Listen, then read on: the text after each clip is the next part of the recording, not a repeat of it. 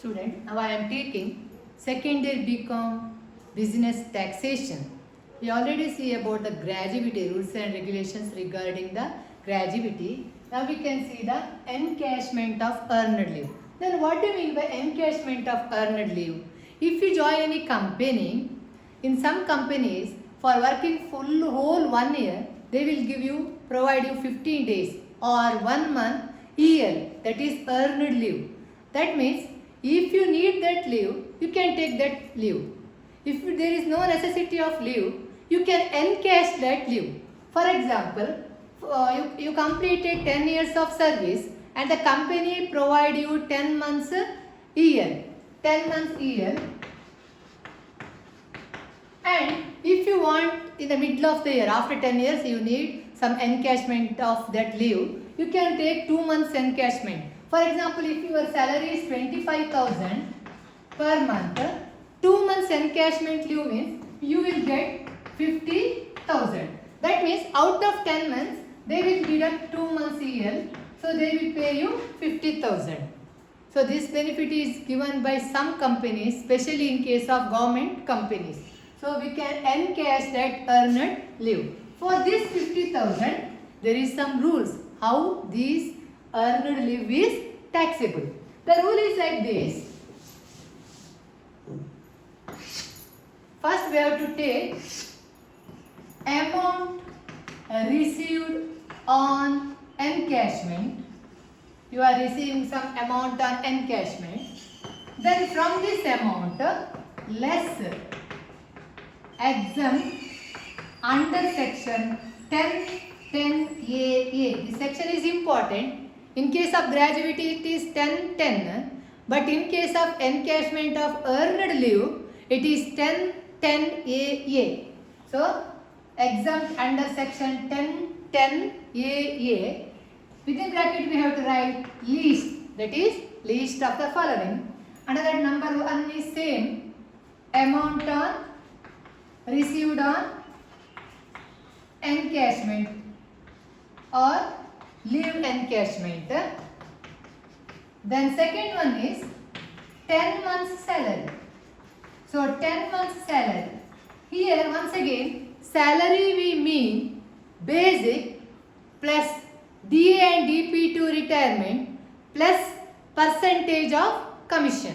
Once again here salary we mean basic plus DA and DP2 retirement plus percentage of commission. Number C is salary for the approved period. Salary for approved period means if you are encashing 2 months salary, then we have to calculate 2 months salary here. So salary for the approved period. The last one is the statutory limit. Here statutory limit is 3 lakh. Statutory limit is 3 lakh. Once again the rules is like this.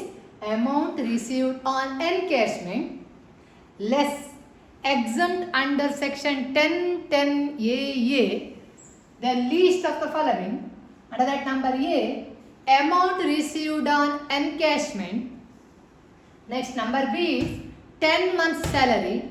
Once again, salary we mean basic plus DA and DP2 retirement plus percentage of commission. Then salary for the approved period. Salary for the approved period. Then statutory limit will be 3 lakh. Statutory limit will be 3 lakh. This is the rule. Then see one problem is given like this. From the following particulars, compute taxable portion of earned leave encashment by Rajesh at the time of his retirement on 1st August. Under that number A, earned leave to his credit is 12 months. So approved period leave is 12 months. So approved period leave is 12 months. Then average salary for the last 10 months is 8,000. So average salary for the last 10 months is 8,000.